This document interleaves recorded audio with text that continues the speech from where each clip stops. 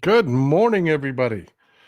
Got a good show for you. It's going to be we're going to start off a little hot. We got some big things going on with Russia and Ukraine. Hopefully, Philip Bittner can be joining us later in the show. When we get started, I want to frame it a little bit with what's going on with Republicans, with Marjorie Trader Greene, Alexandria Ocasio-Cortez getting into it, Jasmine Crockett. It should be good. Let's get it. Let's get after it. It's going to be hot.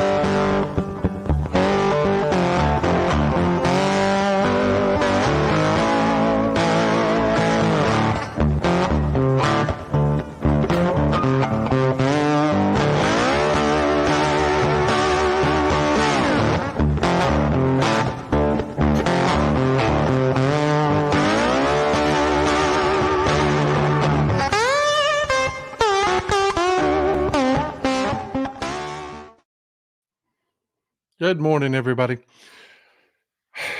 There are things that go on politically that are just they're red lines. They're just lines you don't cross. And what I'm talking about is things like this. We had Donald Trump trying to use his son as bait. There have been several things that have come up in the past where people have started to talk about Barron Trump, and we shut it down. We did. We shut it down because it's just a rule, folks. If the kids aren't in the family business, I don't care if they're adult kids. If they're not in the family business, you leave them alone. You don't touch them. And Donald Trump was trying to use Barron as bait. They were going to have him be part of the Republican National Convention as a delegate from Florida. And his mother, brilliantly, I have to say, I don't say a lot of good things about Melania, saw this for what it was, saw it as Donald using Barron, throwing him to the lions, because that would have rung that bell. That would have put him in the arena. That would have put him in the family business. And his mother said, no, you're not. And she put out the statement. Barron didn't put out the statement. Donald Trump didn't put out the statement. Melania put out the statement that said, no, he will not be a delegate. So, hands off Barron. Don't touch him. But there are things that you can do where you cross that line and you open yourself up. And we had one of those moments yesterday. We had a very serious hearing going on, folks.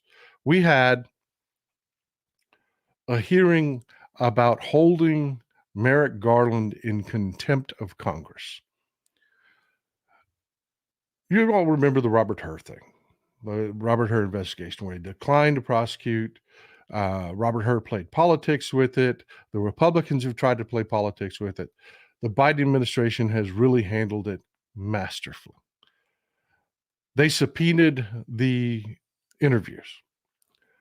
The Biden administration sent them the transcripts of all of the interviews, which is really all anyone in Congress would be the transcripts, because that's where all the information is. This is exactly what they said in writing.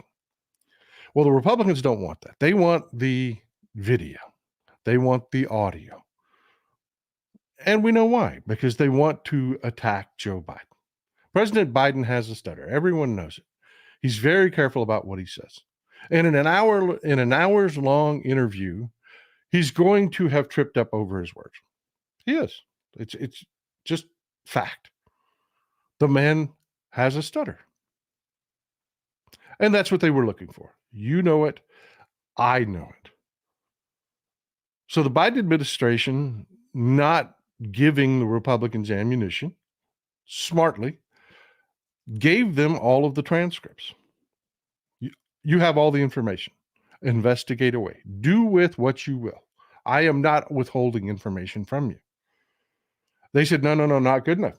Not good enough. We want the audio so that we can dice it up and put it out all over social media and try to attack you that way. Not with what gets said, because they already have what's been said. But it is an important conversation to have. It really is.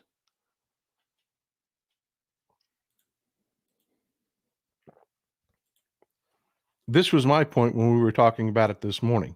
You don't like my music, says maybe they can't read.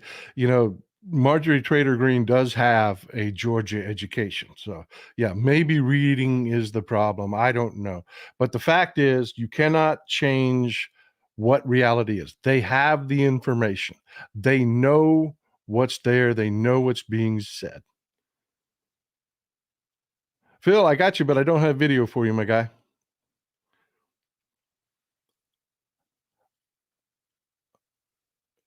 So we have a hearing that it's an important hearing. The Biden administration has, God, I love you folks for being so in touch. Greg Edmund, yeah, he asserted executive privilege. The DOJ is part of the executive branch. You don't need to have those interviews. And it's an important conversation to have. How much oversight should Congress have? This is not a light matter. This is important. So, of course, the Republicans are treating it with all the due gravity that one would expect Republicans to do. We have video here of an exchange with Marjorie Taylor Greene, the elevator flatulator. Let's just go ahead and get to it. I'd like to know if any of the Democrats on this committee are employing Judge Merchan's daughter. Please tell me what that has to do with Merrick Garland. Is she a porn star? Oh, Goldman. That's right. He's advising. Okay. So in this incredibly important hearing, you have Marjorie Taylor Greene doing this. She's attacking the judge that is overseeing the criminal Trump that trial is currently. Trump, overseeing the trial, Donald Trump's criminal trial. So yes, you could tell they're really focused on this very, very important issue. He's advising who? What? Do you know what we're here for? You know we're here about AG. I don't think you know what you're here for. Well, you the one talking about. I think your fake eyelashes are messing up. No, ain't nothing. Hold on. Listen. Order. Mr. Chairman, That's beneath would even you order. please That's regain beneath order even of your you. committee. Order. I do have a point of order, and I would like to move to take down Ms. Greene's words.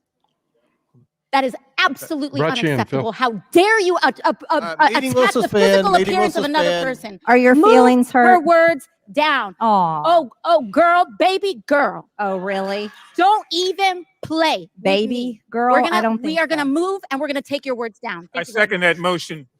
So who will have to pay? Ms. Greene agrees. Okay. So that's how it started. It gets better. Phil, we're going to have a very important discussion about what's going on in Russia and After the circus. But I want to frame it a little bit with what's actually going on here. What the Republicans are doing, because it's important. I mean, it is important. Yeah, no, it is. You're right. To have context. That's how it started. And it continued on. I want you to take a look at Jamie Raskin's reaction to this. It's good. I've seen this. It's good. It's good.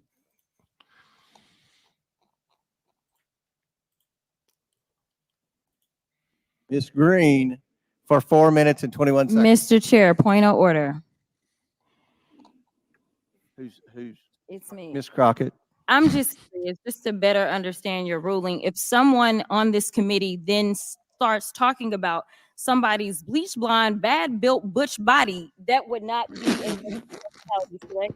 A what now? I make a motion to strike those. Okay, Phil. I love it. I shouldn't. Uh, I shouldn't. I mean, it's Yeah, this is not how government should be operating, but it's still funny. right. I mean, this is an important hearing, and it didn't really stop there. You know, after this exchange, um, you get Jamie Raskin that weighs in that James Comer has already put out a fundraising email about this hearing. This is one of the most important conversations we've had in a long time. We're talking about how far Congress can go to investigate a sitting president. What are you entitled to? I mean, this is serious stuff, man. And you've got Marjorie Taylor Greene. Just the Cliff Notes it now. And I want to tell you, Well, and Raskin's right. Raskin, I know, and I think I know what you're about to show. And Raskin's right.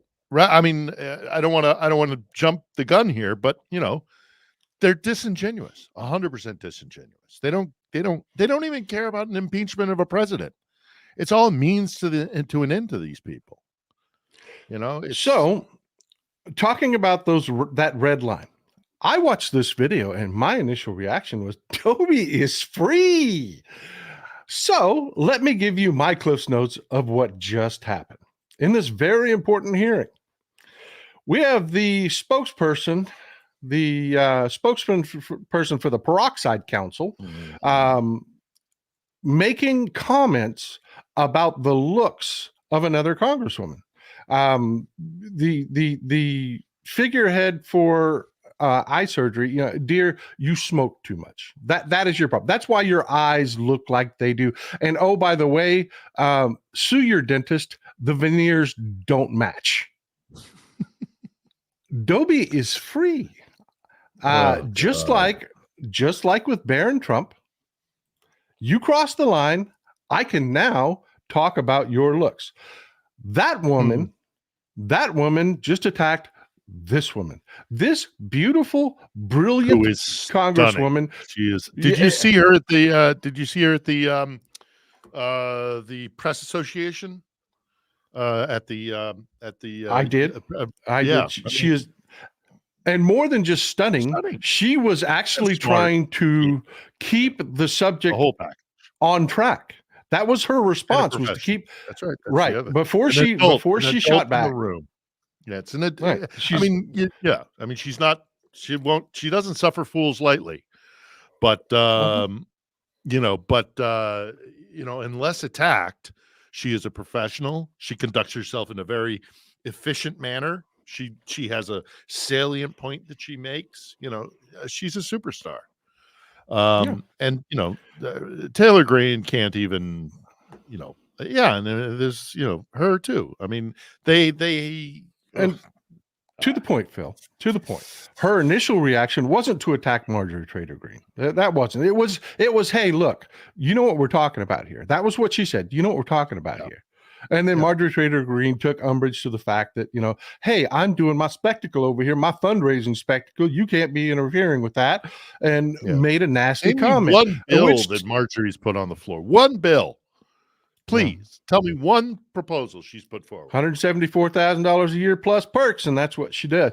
But AOC chimes in because when Nancy Pelosi ran Congress, if you were a Democrat and you pulled crap like that, good Lord.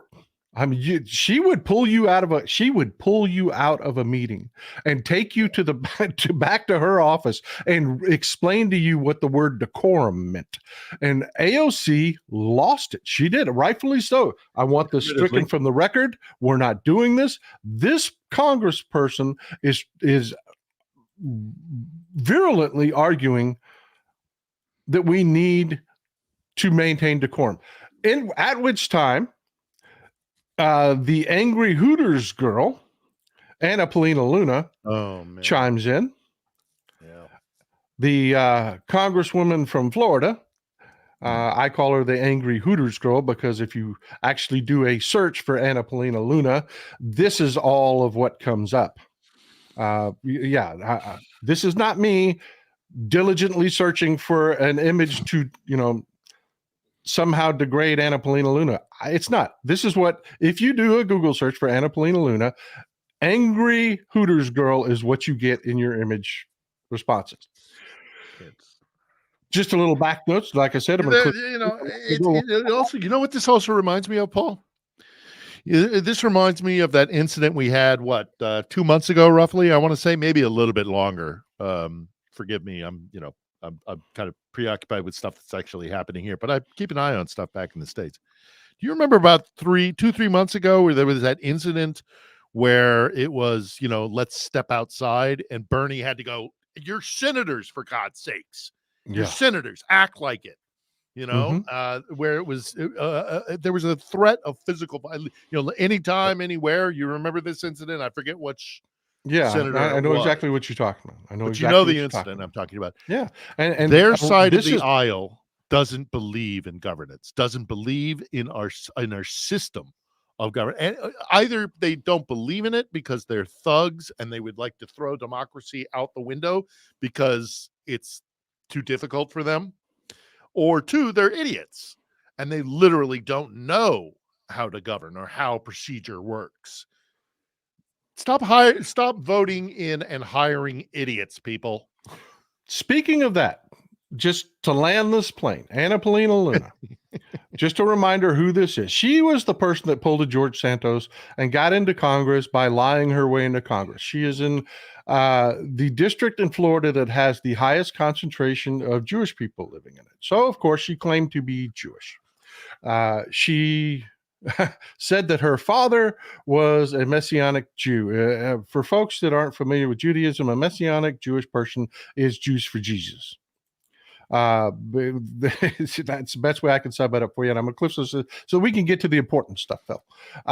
She said that her father, after he got out of rehab, this is her story, not mine. I'm not attacking the woman.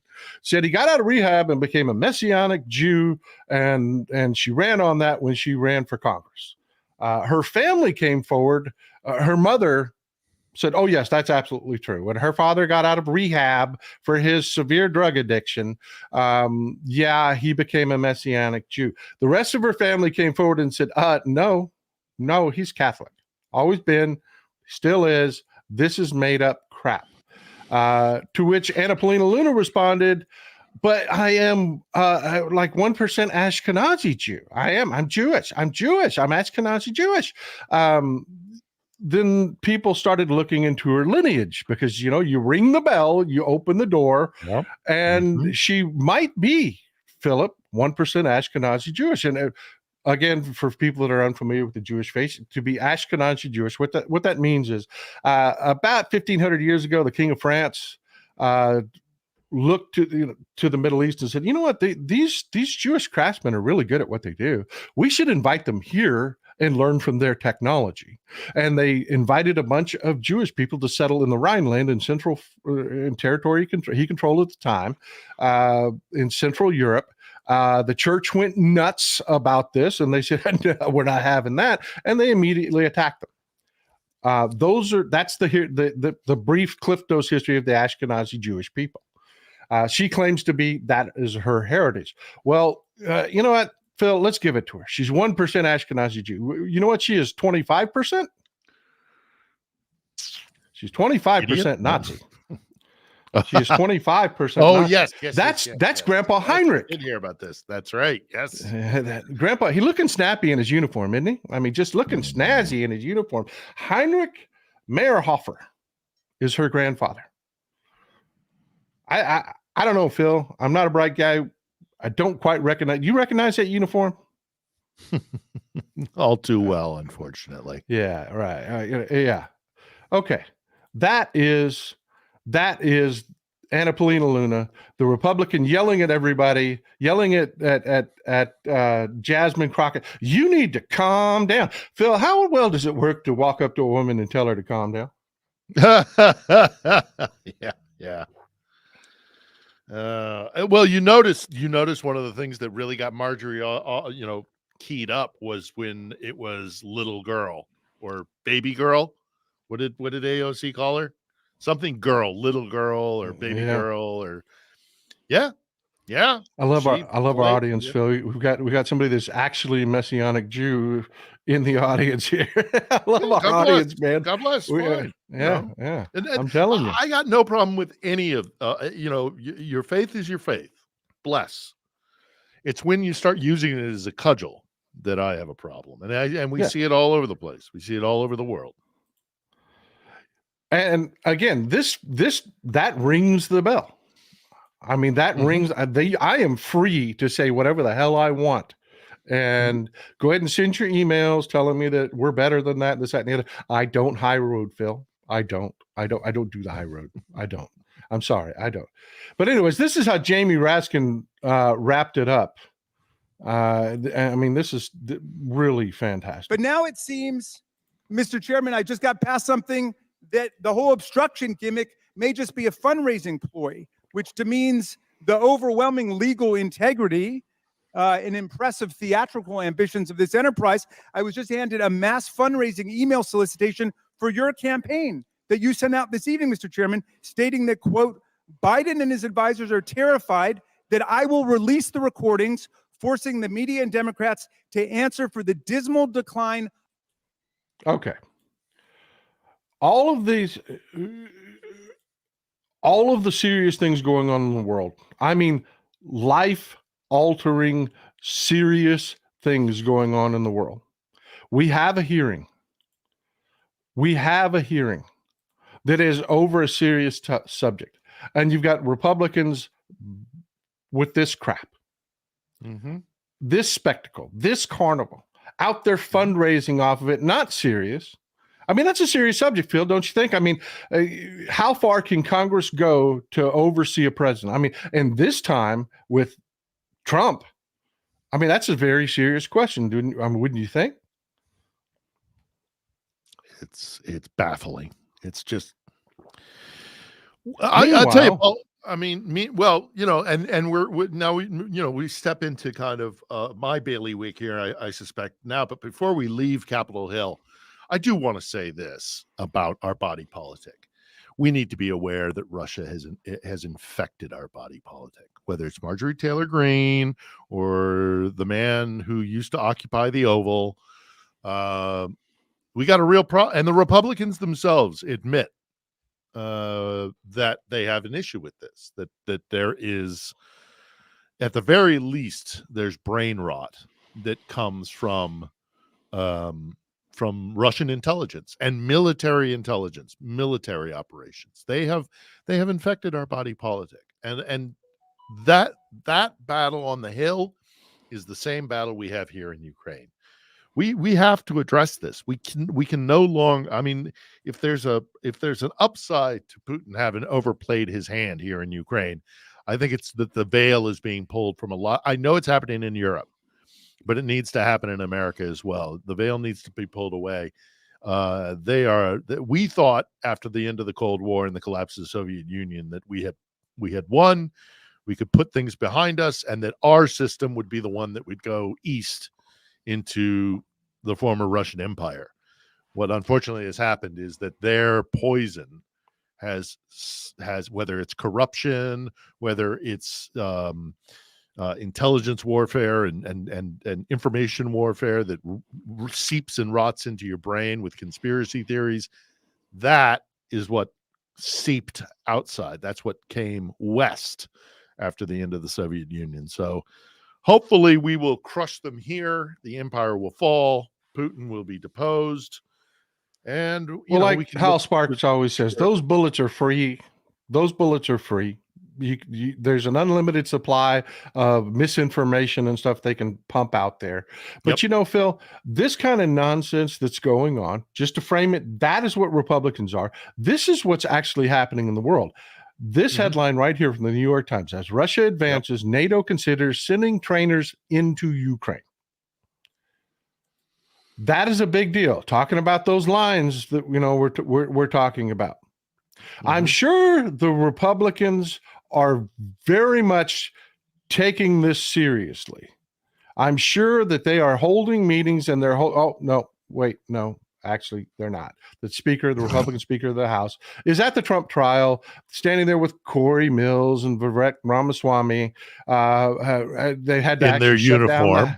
right in their In their uniform. uniform. Their Twinkie uniform, which will be Nazi uniforms Mhm. if Trump That's actually right. wins the It election. literally is Imagine- brown shirts. It's literally Yeah. brown shirts. Yep. Just with a suit and a red tie.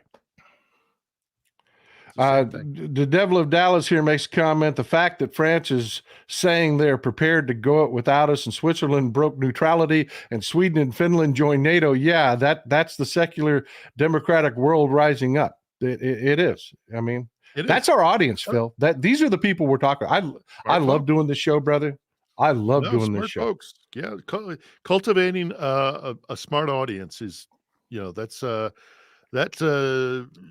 deservedly a pat on your back, Paul. But it's great to see that there are still, I'm guessing predominantly Americans, but I'm sure your reach goes beyond our borders. Oh, but predominantly Phil, American, I'm betting. Phil, you're going to love this. We have people here from Finland, from Norway, from Denmark, from Africa. Absolutely. We've got people here from I mean, you'll see them in the chat, man. They'll sound off where they're from, man.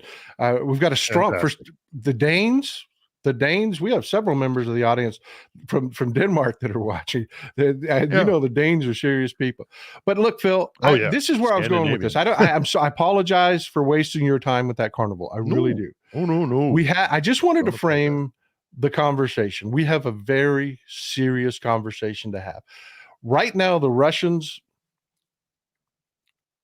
they're on the offensive. We, because of the Republicans, because of Trump, they delayed support for Ukraine. Ukraine was having to ration artillery shells. You cannot establish a defensive line. You cannot set up a strong defensive line if you do not have the material. You can't. Alexander Syrskyi took over, and they have been backpedaling. They have been fighting backwards.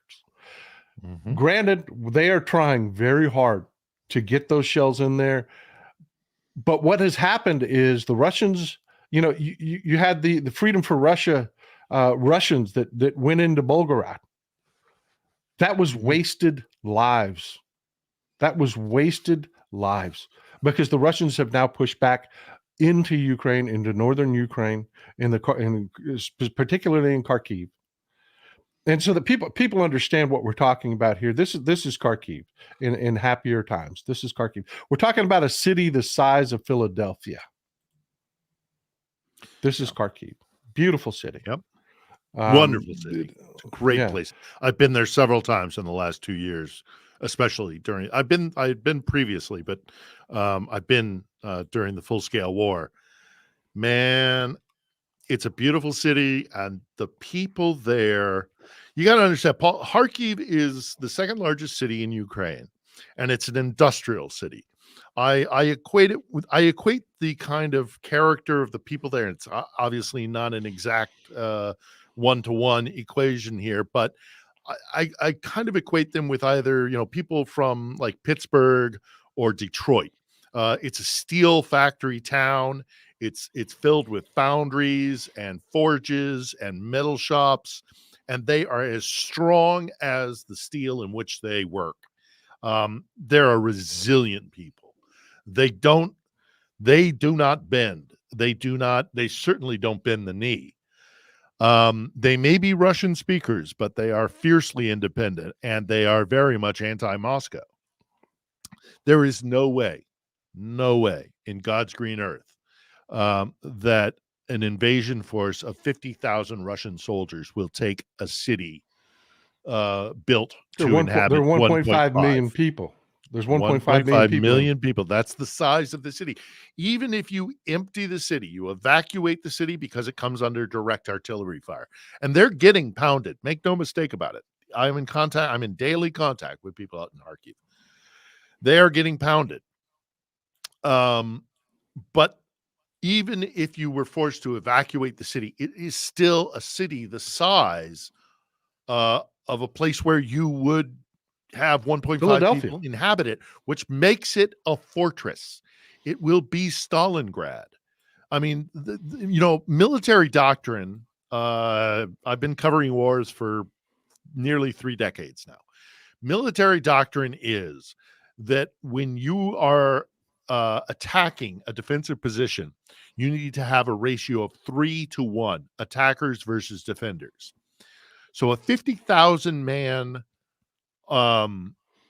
invading force, which is what the Russians have put in the field outside of Kharkiv, in Kharkiv Oblast, which is just a state or a province. If that's 50,000 of them, you need 15 to 17,000 Ukrainians to defend Kharkiv well, and that's traditional military doctrine. This 3-to-1. I met with a Ukrainian intelligence officer this week, and he said, realistically, actually, considering the way this war is gone, it's about 100-to-1 that they need to take. So you're looking at, an invasion force of 50,000, and if my contact in intelligence is accurate, and he may have been being a little glib, but you need 5,000. They're not going to take Kharkiv, and they know it. Even Putin himself, who's out in Beijing now with his hat, in hand, please, sir, can I have some more of your missiles? He even said Kharkiv is not our objective. He says that now because he recognizes that already the offensive is being blunted. But Paul, if you'll indulge me for a moment, I'd like to actually address this narrative that this is this massive invasion force and this wave of Russians that's going to just gobble up everything. Again, speaking to this is not my opinion. This is the opinion of a high-ranking Ukrainian intelligence officer with whom I met this week. Ken Harbaugh is currently in Ukraine. Oh, sure.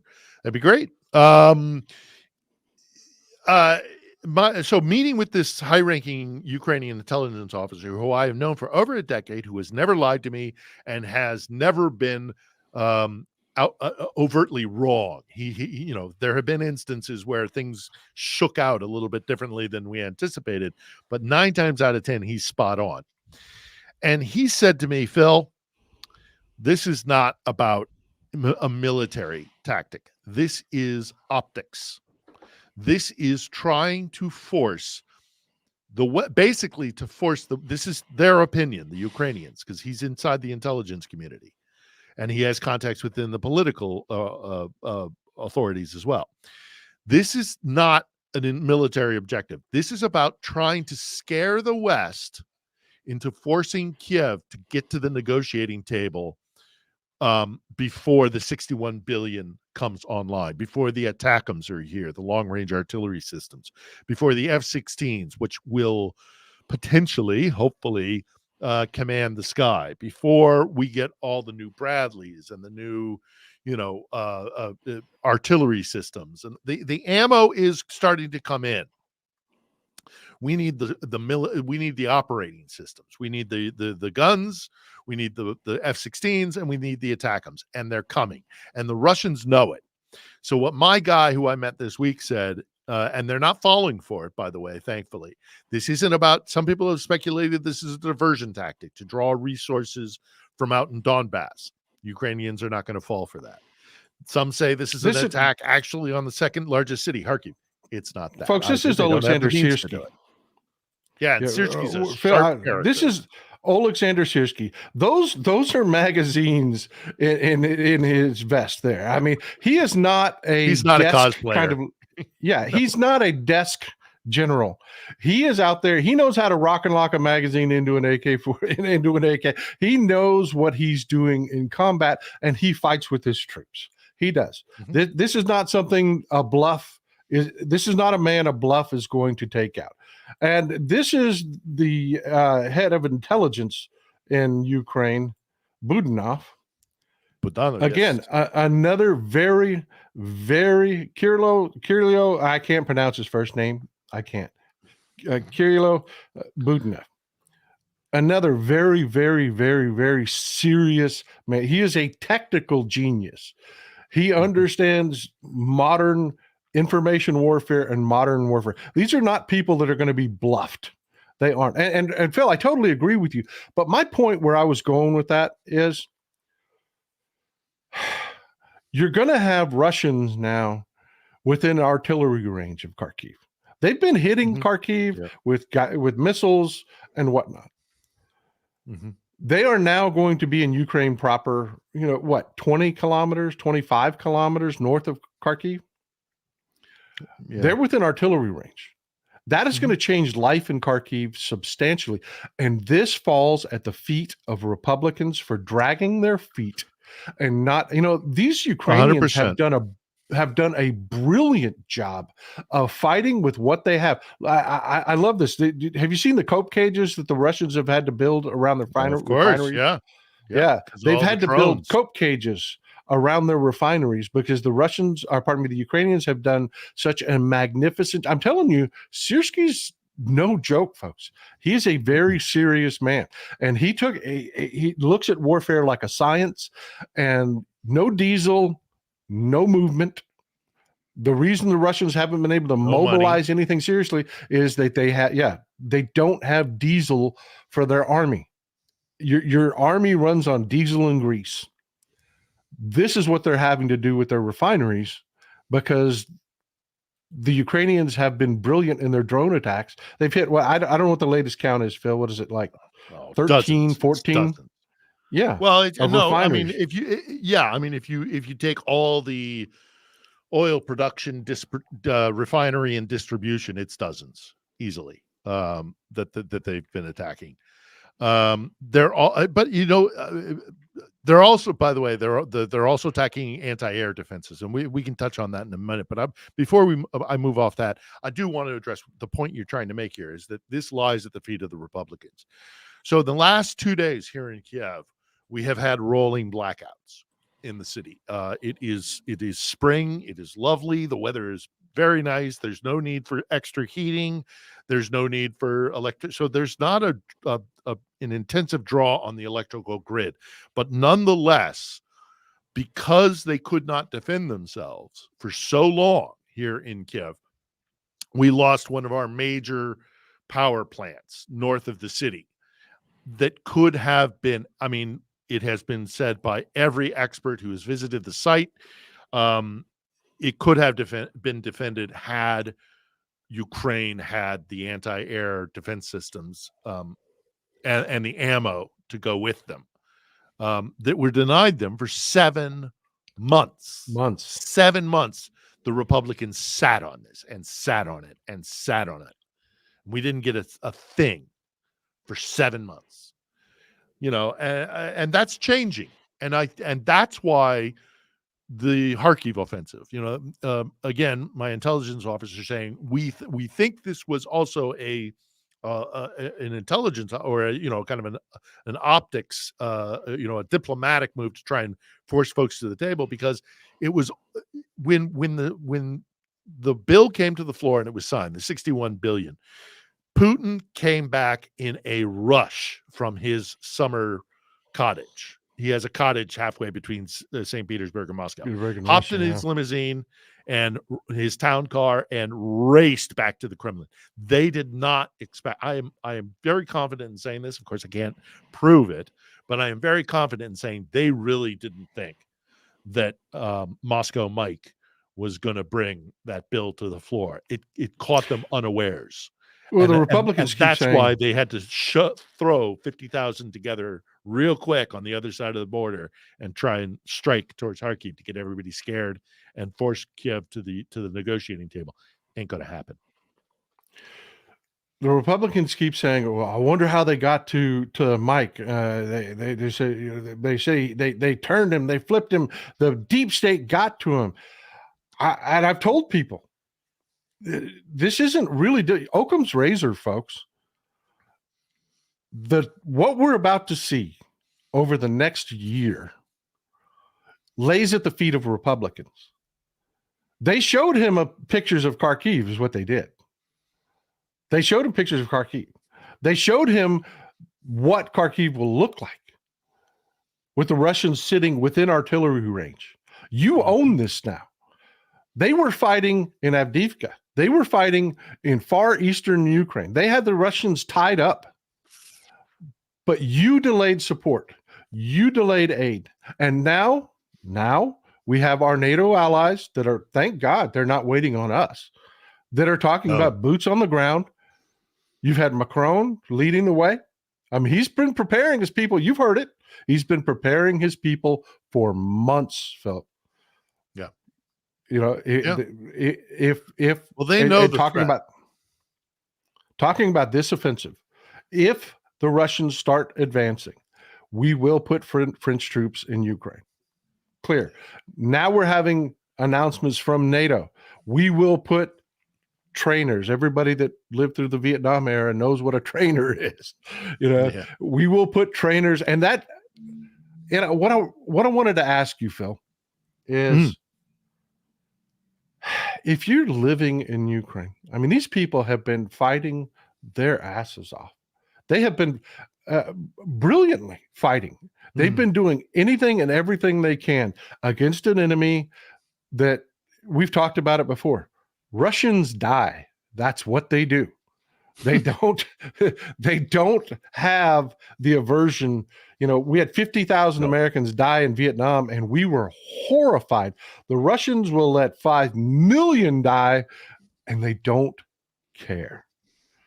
So the Ukrainians have been fighting their asses off, fighting brilliantly, going after the necessary infrastructure. They have been keeping Russia at bay. They have.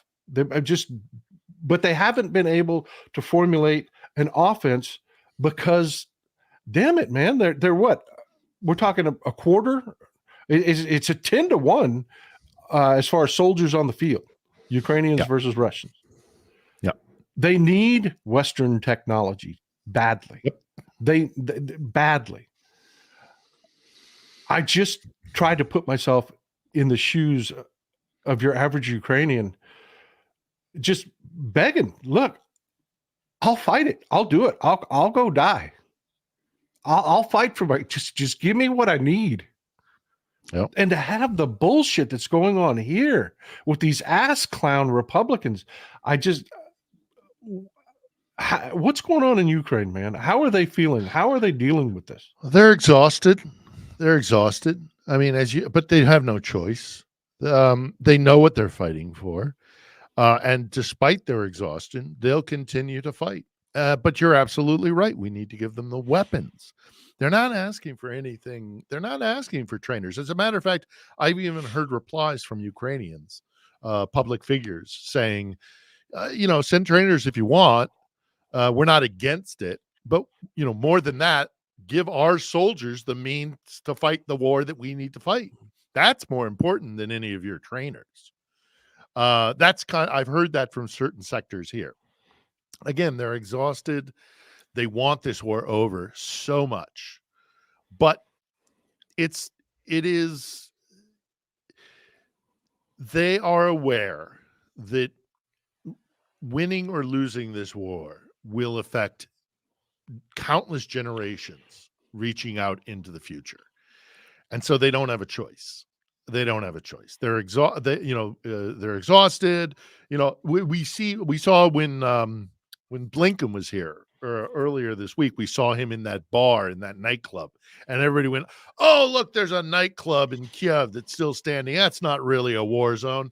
Man, I've covered over a dozen wars easily. In every war I've been to, people seek escape. They seek normalcy. They hunt it down because it's clinging on to something that isn't death and destruction and fear. So I just want to address that briefly. But there's also this talk, and we hear it from the likes of the Marjorie Taylor Greenes and the useful idiots that work for the Kremlin's benefit in the United States, in that infection in our body politic that I mentioned. Ukraine obviously can't win this war, so all we're doing is prolonging the inevitable. To which I say bullshit. They point to the last spring's offensive. The hope was that a Ukrainian counteroffensive would push at least, you know, to cut them off from their supply route to the Crimean Peninsula. That didn't come to fruition. Well, now why didn't it come to fruition, Paul? It didn't come to fruition because we told them and we trained them in NATO tactics with one key element missing that no NATO general would go into battle without, and that is air superiority. They didn't have air superiority. There were other things, like we also didn't give them the means to stop, you know, to stop Russians in Russian combat engineers as they tried to, as they effectively did, create rows and rows and rows and lines and lines and lines of defenses. That could have been stopped had we gave them the longer range missiles in the ATACMS before now, but they're getting them now. What they're also about to get is F-16s. And again, I'm a little cautious because I'm privy to some information that I don't want to, you know, say publicly, because, and I know that sounds nefarious, but it's just simply what we call OPSEC, operational security. There is every reason to expect that the F-16 could be as much of a game changer as the HIMARS were when the HIMARS first arrived in Ukraine, which was an enormous benefit to the Ukrainians in pushing back the Russians in that initial onslaught. And just to remind people, we're not just handing them F-16s. We have had their pilots training in Western tactics, radar hunting, how to utilize, not just giving them the jets and saying have at it. We've taken them to school to show them, look, this is the absolute most effective way to use the Fighting Falcon. This is the absolute best way to achieve exactly what you're talking about, air superiority.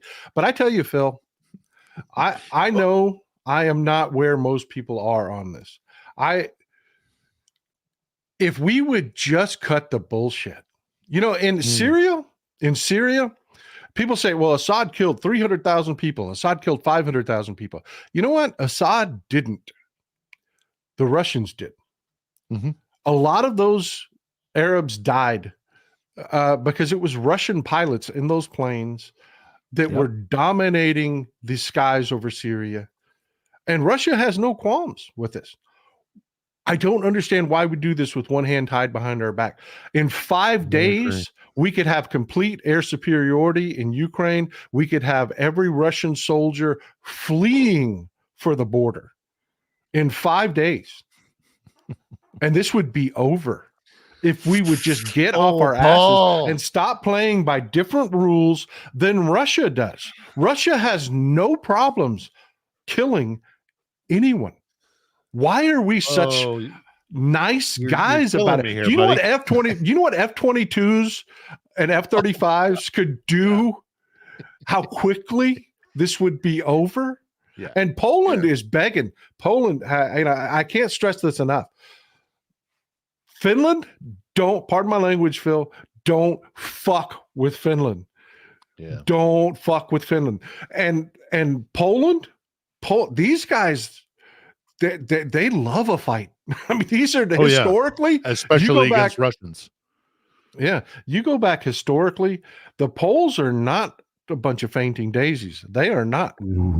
They are not. And they do not want to have this fight in Poland. They want to be in Ukraine. Battle of Britain. The British pilots in the Battle of Britain were instrumental. Yeah, look, I mean, I chuckle because you're teasing, you're tempting me to say things I maybe shouldn't say. So I'm going to be very circumspect in what I say here. But let me just say this. You might not have to wait too long. I'm not trying to get you to say anything to get you in trouble, man. Here's the thing. Here's what the F-16 is going to do, and here's why it's potentially as big a game changer as the HIMARS. All throughout this conflict, the Russians have had the means to hit the Ukrainians before the Ukrainians can hit them. with the arrival of the F-16s, that metric is going to be reversed. They're going to take it to them. They're going to take it to them. Well, I mean, look, war is a tricky thing. It's a fickle mistress, and nobody can. Don't bet on anything in war, because anything can cause, can cause a change. But I really do think that we're about to see Russia in real serious trouble, and they know it. Again, that's why Kharkiv. That's why Putin's in Beijing right now. They're going, the Ukrainians, now that they've gotten the $61 billion that is starting to flow in here. And first, again, we're seeing it already in ammunition, because you can get ammunition out real quick, but getting weapon systems in place, like the F-16s, like the more ATACMs, more Patriots, the air defense that's coming in here from Patriots. We're almost getting to a point where we can really defend our cities here in Ukraine, and I say "our" because I'm living here. Things are gonna go very badly for the Russians very soon. I am confident. For the folks in the audience, it does not, however, it doesn't absolve the Republicans of what they did, and I'll never forgive them for what they did. No, a million people are going to die. A million people are going to die because of what they did for Donald Trump. They are. For the folks in the audience that aren't like military heads and don't pay attention, I love military hardware. I never served. I don't, no stolen valor here, but I love history. And history is written so much by the military. It just, I love it. The F-16, people hear the F-16 and they're not impressed because, we've got the F-35s now, we've got the F-22s now. Just so you know, folks, when they were fighting for air superiority and they would hold engagements between the F-35s and the F-16s, they would start the engagements within dogfighting range. And the F-16s decimated the F-35s every single time. They did. Every war game they held, when they started the engagements within dogfighting range, the F-16s are just really great air superiority and strike fighters. And these are not the F-16s. The F-16s came out of the Carter administration. They're a very old airframe. But this is not your grandfather's F-16s we're talking about here. It's got the same engine designation, but it's not the same engine. It's not. It is a modern jet engine. It is crammed full of modern electronics. It is a successful, well-designed airframe that is very modern, and it is a killer aircraft. It really is. That's why people still buy them to this day. Just love to have them. It is an outstanding aircraft. And multi-use. Yeah. Good. Now the F-35 air to surface. Yeah. It's a long fantastic range, strike aircraft. Look, the F-35s, why I say that we could end this in a week, because when they allowed the F-35s to fight like the F-35s fight, and they could engage the F-16s outside of dogfighting range, it would be 6-on-2 F-16s to F-35s, and the F-16s would be dead before they could even get within dogfighting range of the F-35s. So, it just kills me, Phil. It kills me. Yeah. The technology is there. The support is, we could do this. We could break Russia. 100%. We could literally 100%. Break Russia now. We're going and to. It just feels like we're allowing this opportunity chop this snake in half, Phil. Yeah. Well, here, Paul, here's the thing also is that I think, we've looked at this conflict through kind of Western eyes in a lot of ways, thinking that there's got to be a number of dead Russian soldiers that eventually it'll be too much. And the Russian people will rise up and say, no more. And we're looking at that's kind of a Western perspective. Not that I don't think there is a limit. I do. But sadly, unfortunately, is that it's not body bags that is going to break Russia. It is the loss of prestige. It is they cannot abide, and certainly at the cost that they've paid, losing their They are so. It's childish. This is a childish phrase, but I'm going to use it anyhow. They are so butthurt after the collapse of the Soviet Union and their defeat in the Cold War that they are desperate for a resumption of their place on the globe as this big, powerful bear. That bear is sick and it's got mange. We just haven't realized it yet. When it won't be body bags, it will be the realization that Crimea is susceptible. When they lose, when they cannot deny that Crimea is not safe, that it is not operable, and that they have lost their dominion over the Black Sea. So much of what Russia's historical aspirations is based on what Peter the Great designated for them all those years back in the beginning of the 18th century, 1709, 1717, that kind of era. He came back from the West, where he had kind of been doing kind of a Rumspringa.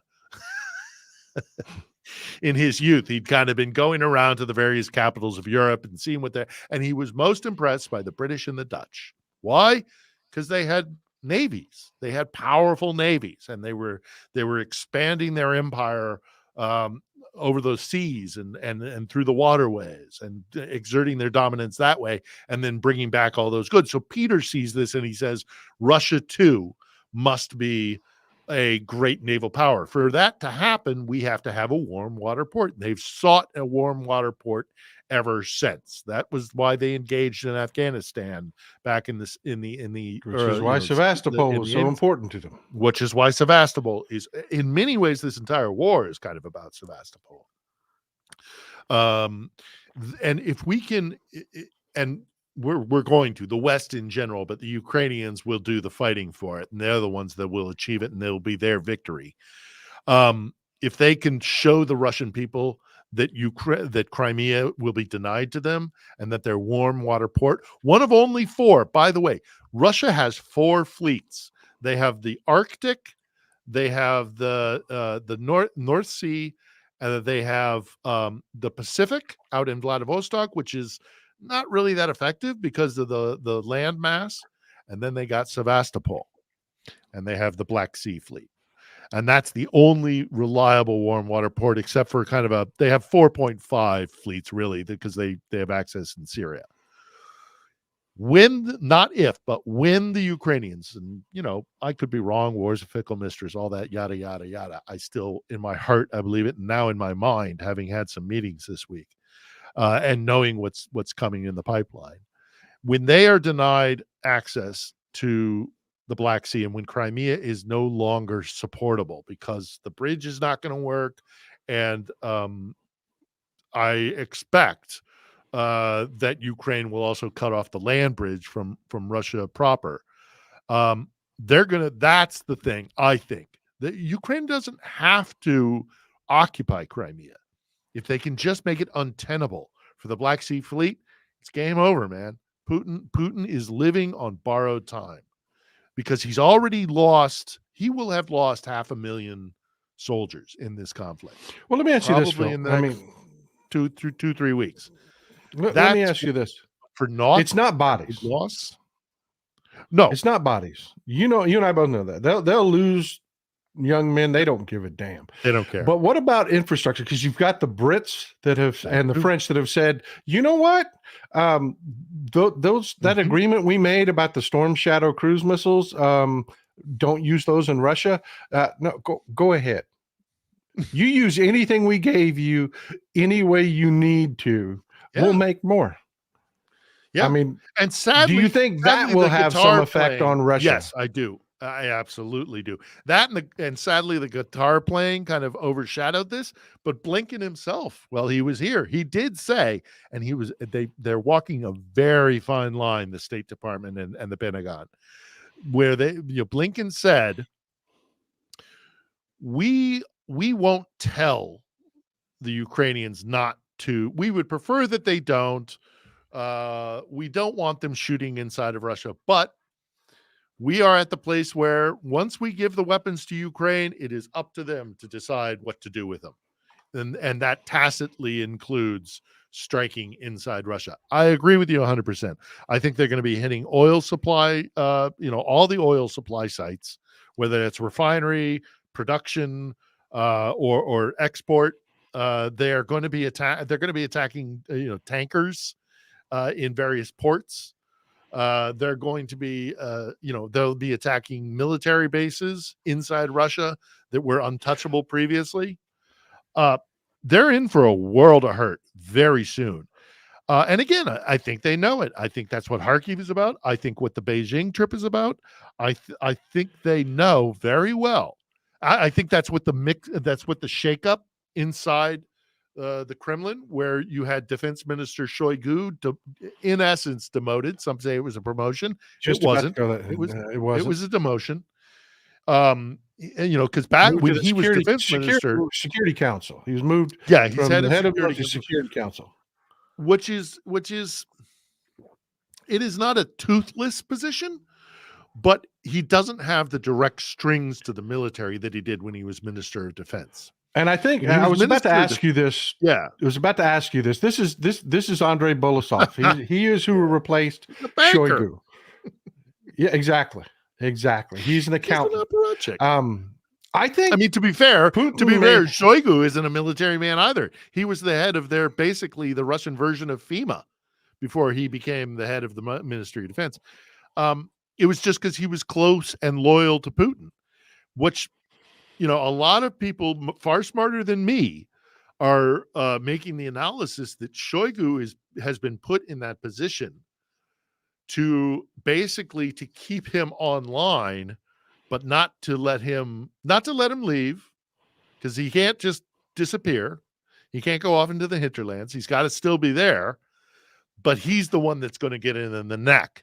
And Putin has maybe done it as an insurance policy to keep him around so that when stuff goes south. Well, Shoigu is well liked within. Shoigu is well liked within the military. It is a corrupt military. Shoigu comes out of it, and people don't understand.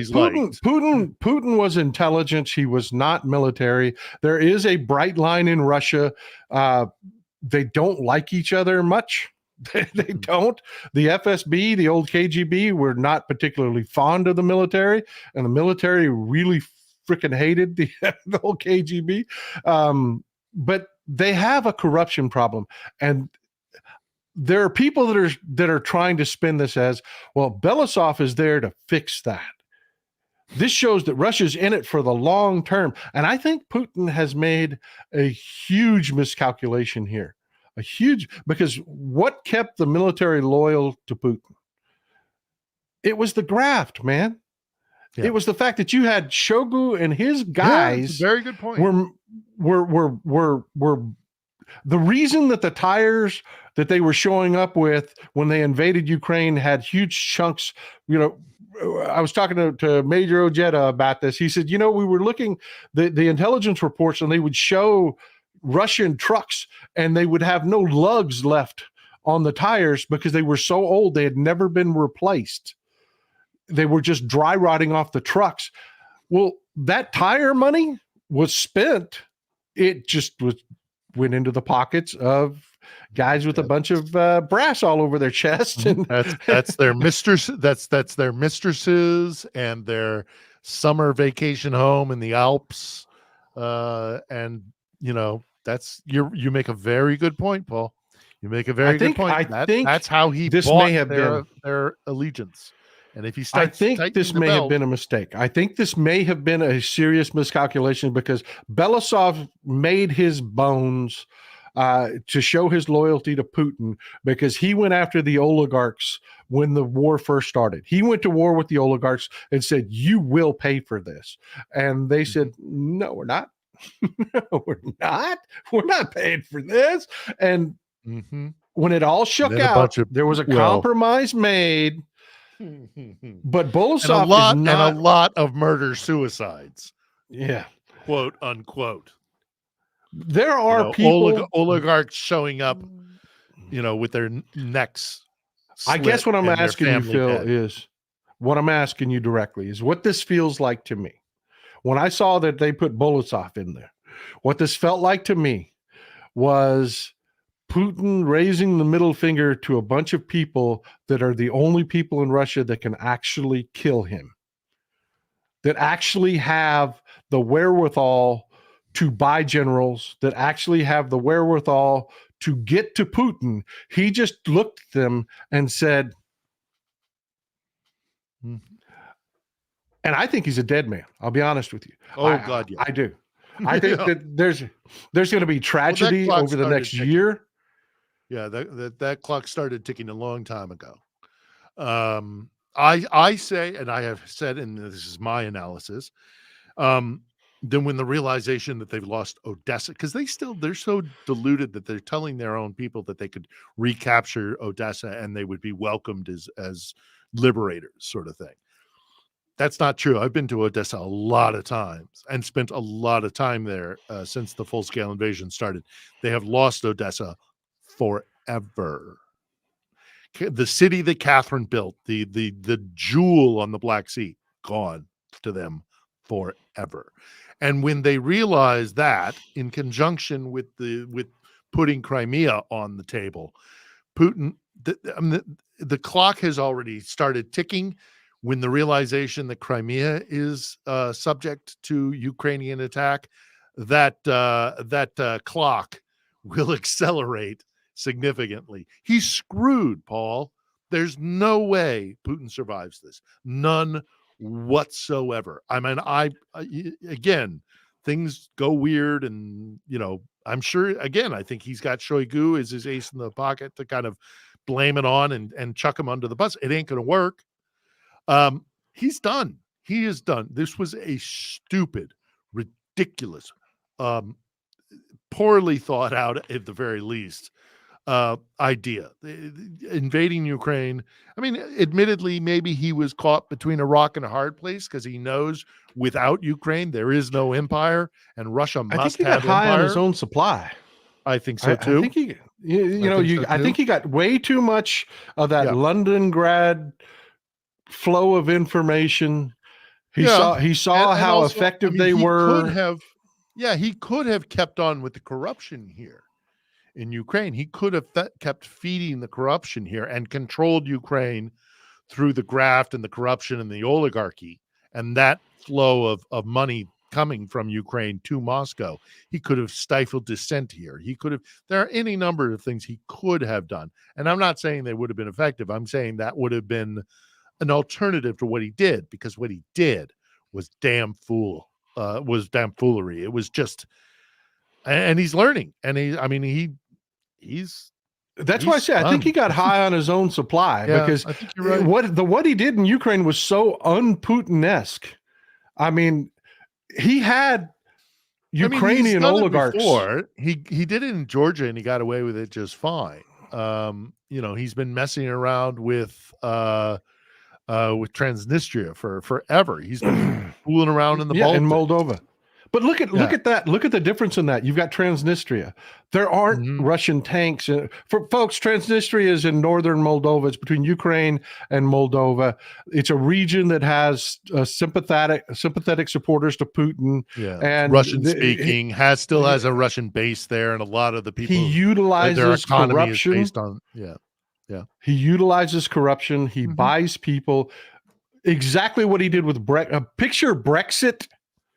And the London grad influence that the operation they did there, they're doing that in Transnistria and Moldova to some success, not the success they had in Britain, but to some success. That's why I'm saying I look at what happened here in Ukraine, and I just think that he deluded himself, that he felt that he had gotten more influence and more control than he actually had. I mean, I know they're deep into the Republican Party. I know they are. So deep into the Republican Party that you have people that are openly Putin sycophants that are not castigated and thrown out of the Republican Party. I mean, I just think that I He think kept that rolling the dice, and this time he came up snake eyes. I think when the tanks rolled in, because imagine let's play a game here. Let's play a game here. He didn't invade. Another 2 years of the graft, the Ukrainian oligarchs that have half their existence tied to Russia or more, that influence in Ukrainian politics, I don't think he would have had to invade.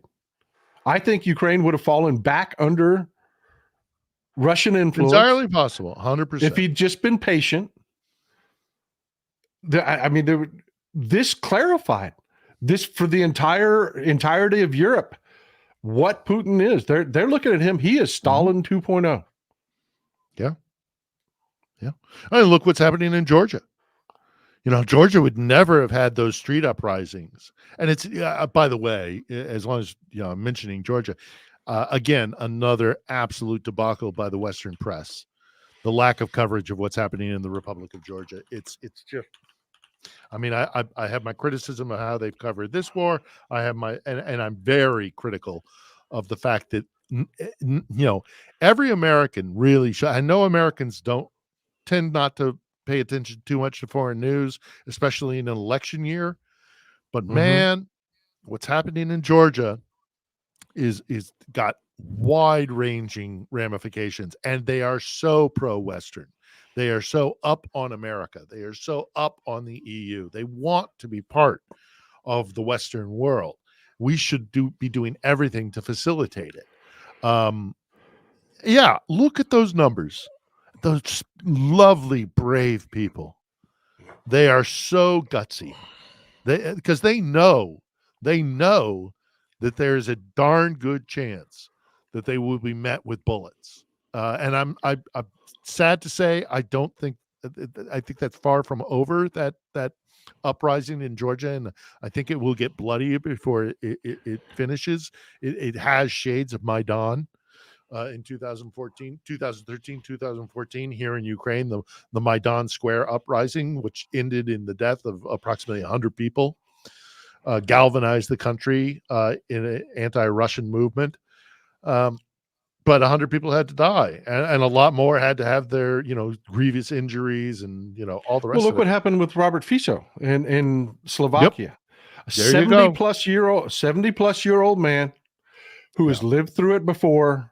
He's seen the state apparatus taking over all of the media, and he said, no, this is not happening. This is my life for my country. And he walked up and put 4 into Robert Fico and said, we're not going back there. We're not going back there. We're not doing the Soviet Union 2.0. And I just don't know. Other than Putin got high on his own supply, I don't know how. None of everything we've just discussed, whether it's Transnistria or Georgia or Slovakia, or what we're also, there's rumblings in the Baltics as well. There's rumblings in Belarus. None of that would have happened if the empire wasn't fraying. And the empire is fraying. And it is all because the cornerstone of their empire is here in Ukraine. They knew it. They've always known it. Vladimir Ilyich Lenin spoke about it in the immediate aftermath of the Bolshevik Revolution. The very first place they set their eyes on was here in Ukraine. Without Ukraine, we are not empire. It's almost a direct quote from Lenin. Joker Dudayev, the first leader of the Chechen separatist movement back in the 90s, said, "This will be decided. The future of Russia will be decided in Ukraine, because without Ukraine, they do not have empire." And I've tried to tell my audience that you can't stress enough that Ukraine was the jewel of Russia. It is. All of their training back in the height of the Soviet Union, the training, the schools, everything that was the best that people actually did admire about the Soviet Union came out of Ukraine. It came out of Kyiv. It did. It really did. Yep. But let me ask you this, Phil, and I know we've gone long, and I apologize for that. I really appreciate you being here. Paul, I'll talk with you as long as you want. It seems to be a different feel coming out of Europe. Very different. There used to be a corruption thing. Hungary. Let me use Hungary for an example. You had Viktor Orban, who could be the biggest jackass in the world, and Europe would kiss his ass. They would, because you had major car manufacturers have their battery plants, they have their engine block plants in Hungary, and they had all of these economic ties and economic pressures. So they're like, well, we have to. And he could be a spoiler in the EU, so you wanted to keep him sweet. The last two major EU meetings, they have told Viktor Orban, if you don't like it, pardon my expression, pardon my language, not safe for work here, but they told Viktor Orban, if you don't like it, get the fuck out. Yep. In no uncertain terms. And Viktor Orban, that expression you're making right there is the exact same expression Viktor Orban made, because he's like, I don't want to rely on Russia. I really like the European business coming into my country.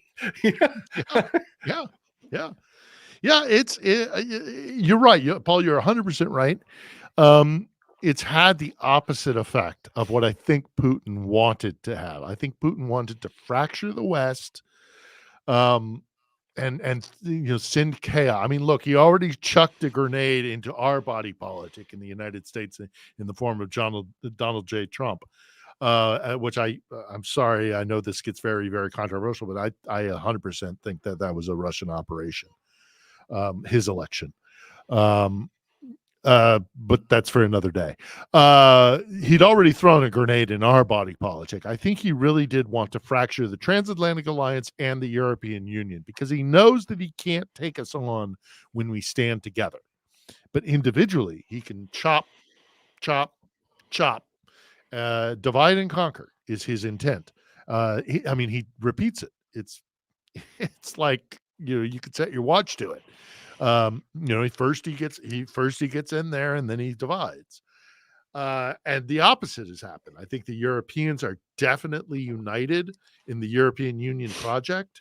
The transatlantic alliance remains strong despite some strain there. I've heard several Europeans saying, we need to start thinking about our own European defense force because we can't rely on the Americans, which I frankly think is a reasonable thing for the Europeans to be thinking about, but I would not want to see them replace NATO with a European, defense force. I would like to see a European defense force as part of NATO. Well, historically, it doesn't work out well.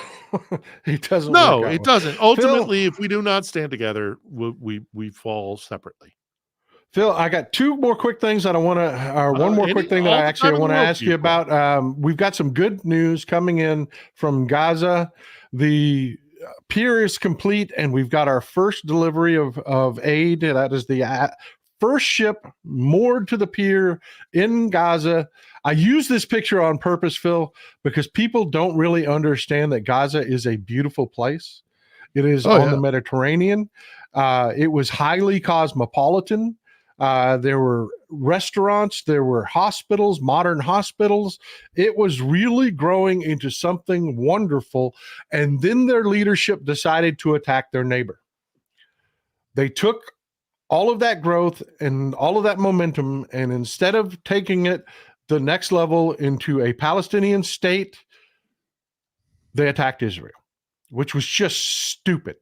Just the stupidest thing you could do. But we do have good news that aid is finally getting there. Yeah. Well, that has to. No, go ahead. Sorry. Do you think anything good is going to come out of this? Well, I mean, it can't be a bad thing. I can't. It's not a bad thing that aid will be hopefully, and also, one would hope that it would be a more direct route from those providing aid to getting to actually the Palestinian people, because I know that that's been obstructed, both by, both sides of the equation have, for their own purposes, weaponized the aid to your average Palestinian. So hopefully not only will this contribute to another supply route for a direct, but hopefully that supply route will be more direct and will get to where it's supposed to go instead of being circumvented and obstructed. Look, the tragedy of that region is that people have fought over that little strip of sand, for The Mongolians took it at one yeah, point, I mean, man. it is. What's interesting is I've heard a lot of people who are highly and I've heard a lot of people who are highly critical of what's happening, or fearful and critical of what's happening in the Holy Land. World wars don't come out of the Holy Land. World wars come out of here. Historically, if you look, the same battle has been fought over World War One. What was World War One about? It was the dissolution of empire and a Serb separatist movement trying to get away from the Austro-Hungarians, and because of all the connections there with empires, and we've discussed this in the past as well, is that there is a triangle of power in this stretch of Europe, and it goes from the Baltic in the north to the Adriatic in the southwest to the Black in the southeast. That triangle, powers, European powers, empires have moved through that stretch, that little isthmus, not little, but that isthmus, and left, and it's been this massive cauldron of who owns what, who controls what, how can I control this to get at the other empire, which is really my objective, but I'm gonna use these little identities as little pawns in a massive chess. This is the last stretch. We've had, the Baltic is resolved. Poland, there is a Poland now, that is not under Moscow's thumb.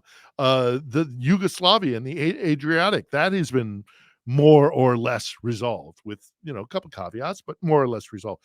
When Ukraine wins this war, this solidifies that issue that has existed for centuries, and it will shore up one of Europe's greatest security vulnerable spots, and it's going to be a whole new Europe after this war, one way or the other. I mean, if Russia somehow pulls something out of a rabbit out of their hat and wins this war, which I do not think is going to happen, but let's say that they pull a rabbit out of their hat and they're successful, that will be one kind of Europe. But if we in the West, with the Ukrainians willfully as our partners who are seeking sovereignty and independence and self-determination, all things that we as Americans should support, we gained our independence from an imperial power. I'd like to see us do the same for the people of this land who are doing the exact same thing. If we win, it'll be a different, but Europe, one way or the other, will not be the same after this conflict that it was beforehand. And we have to accept that is, with or without us, going to happen. And we better decide, are we with Ukraine for victory, not as we'll be with you as long as it takes? Well, what is it? No, we need to start getting into the mindset of, we are going to help you defeat the Russians. We are going to help you gain victory, not, we'll be with you until whatever happens. No, that's not good enough. We need to stop with that and say, we're with you to crush the Russians, drive them from your land. That's what we should be seeking. That's what the Ukrainians are seeking. The very least we can do is give them the means to do it, because it's in our interest as well. Again, Europe, our most important trading bloc, is on a knife's edge. Which way is it going to go? Where do we want it to go? We have a say in this. We are partners with the European Union. There's a transatlantic alliance. Where do we want Europe to go? Because Europe is not going to be the same Europe before Putin invaded Ukraine as it was, as it will be afterwards. So, but anyhow, going back to Gaza, because again, world wars come from here, not from Gaza, but the tragedy in Gaza is heartbreaking. Well, it is disruptive, and it needs to be resolved before November. In my opinion, this is my personal opinion. This is kind of, I'm divesting myself from cold hard analysis and looking at it emotionally in some ways, because I know how important this election is going to be.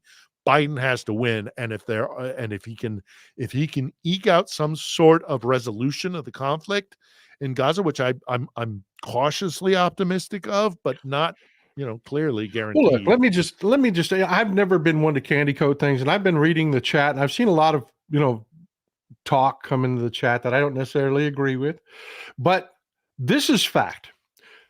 Netanyahu has made a fortune and a political dynasty out of war with the Palestinians. He has. The Palestinian leadership, not your average everyday mom, pa, Palestinian, have made billions of dollars off this misery and suffering. While they live Neither in Doha. one of those groups have any interest whatsoever in a long-term peaceful resolution of this situation, and no one can provide a Palestinian peace plan to me that does not involve the destruction of Israel. So at this point, I don't see a resolution before November. All I see is, if you elect Trump, he's already told Benjamin Netanyahu, kill them all. Kill them all in this. Yeah. The only way that there is any clarify.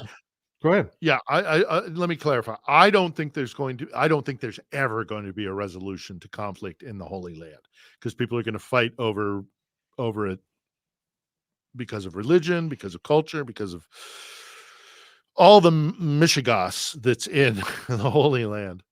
Don't read anything into me having used Hebrew, or is that Yiddish?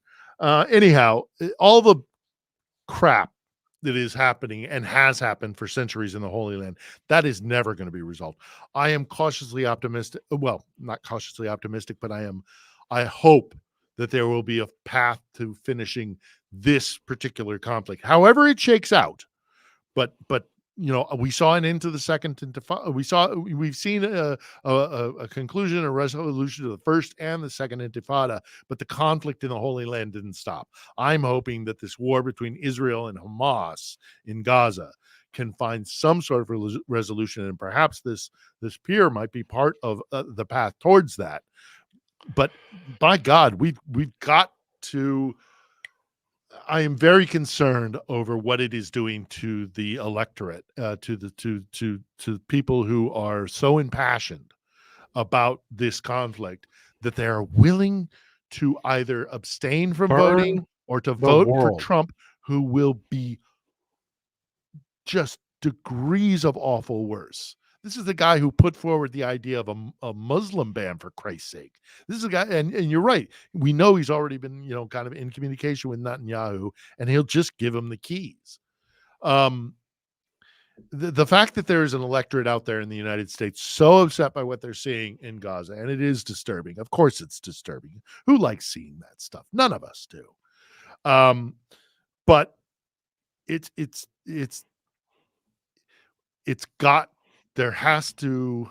you have to consider the consequences of, you've got two choices. You got Biden and you got Trump in November.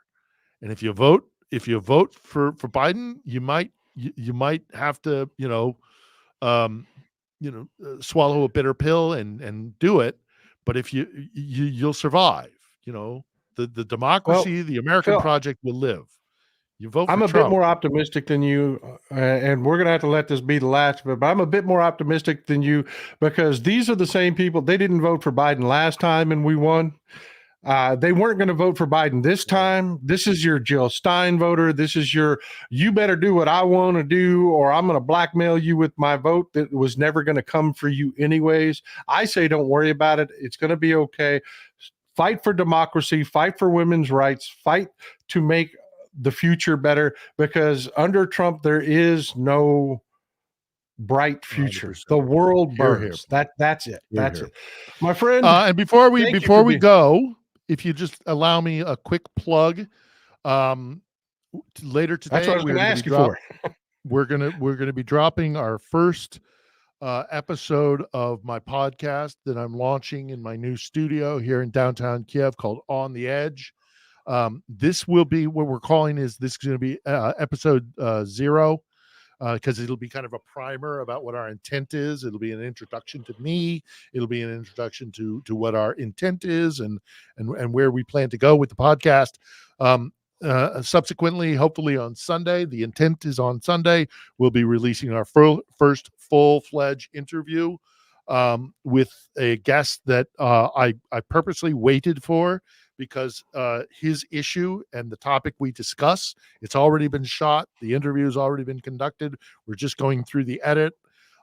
It's a topic that is probably the single most important topic in my mind, that is closest to my heart, into the crimes that Russia is committing here and why it is that it is so egregious that the West must stand with Ukraine. And Well, that send is me a the link. cruelty and the crimes. I will. The cruelty and the crimes that have been done to Ukraine's children. Yeah, That's I'll be what glad we'll to promote it, discussing man. You this do Sunday. great work, my friend. I'm very glad you could be here. Send me a link. I'll put it in the I will, description sir. of the show, and I'll also Yep. share it on my social media. I appreciate you, It's Phil. got Thank you for it'll being have its here, my own friend. channel on YouTube, but it'll also be on my tube, which is my YouTube channel, which is simply my name with one L, two T's, Philip Ittner, On the Edge with Philip Ittner. We'll be putting it out in podcast form on Spotify and all the rest of it. But if you want to get a video version, it'll be here on YouTube, both with its own channel and on mine. I hope you'll watch it, because we're gonna present to you a much more comprehensive, in-depth look at who Ukrainians are, why this conflict is important, what this conflict is about. We're going to go much deeper than the surface level coverage that perhaps you've seen already. But if you really want to know what's going on here, who these people are, tune into On the Edge. Will do, Phil. Thank you for being here, my friend. I appreciate Anytime, it. Paul. Love I'm the at your conversation as always. Always glad to hear what you have to say, my friend. You have a wonderful day, and thank you for your insights. All right. Thank you, Paul. Before we go, folks, there's one last thing that I want to bring up. We had some terrible storms down here in Texas yesterday. Houston just looks like a bomb went off in it, folks. They had winds at over 100 miles an hour, shattering windows in downtown Houston. It is really, really tough here, folks, right now in Texas. Please keep the folks in Houston in mind. Keep track of what's going on. And if there's an opportunity for you to help out, please do so. We have a lousy governor here in the state of Texas. The response out of the state of Texas will be non-existent or horrible or both. And because it's an election year, they're going to play games with it. This is not the kind of thing that a city can handle, not the kind of recovery a city can handle. It requires the state getting involved, and that means there will be politics. So please keep an eye on what's going down here in Houston. This was the equivalent of a hurricane hitting Houston. It is just a disaster. I love you, folks. Thank you for being here. Another wonderful conversation with Phil Ittner. I always love talking to Phil. Thank you for being here, folks. Y'all have a wonderful day and enjoy some Texas cities at night.